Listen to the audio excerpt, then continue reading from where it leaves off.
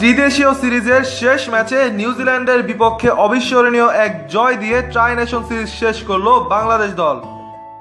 দেশের বাহিরে নিউজিল্যান্ডের বিপক্ষে প্রথম জয় হিসেবে এই জয় ইতিহাসের পাতায় স্মরণীয় হয়ে থাকবে।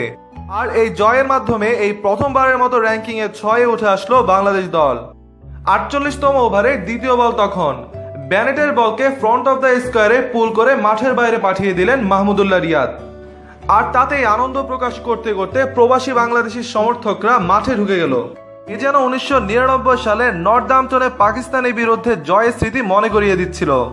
এদিকে আজ টসে জিতে নিউজিল্যান্ডকে ব্যাটিংয়ে পাঠায় বাংলাদেশ দল। ব্যাটিং করতে নেমে দুর্দান্ত সূচনা করে নিউজিল্যান্ড। ক্যাপ্টেন নাথানের সঙ্গে নেইল ব্রুমের পার্টনারশিপ বাংলাদেশের ঘাম ঝরিয়ে দিচ্ছিল।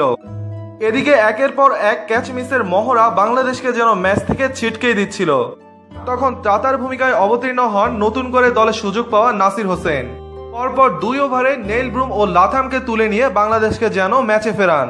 নিউজিল্যান্ড যখন 38তম ওভারেই 200 রানের মাইল ফলক স্পর্শ করে ফেলে, তখন হয়তো অনেকে ভেবেছিলেন 300 রান এখন সময়ের ব্যাপার।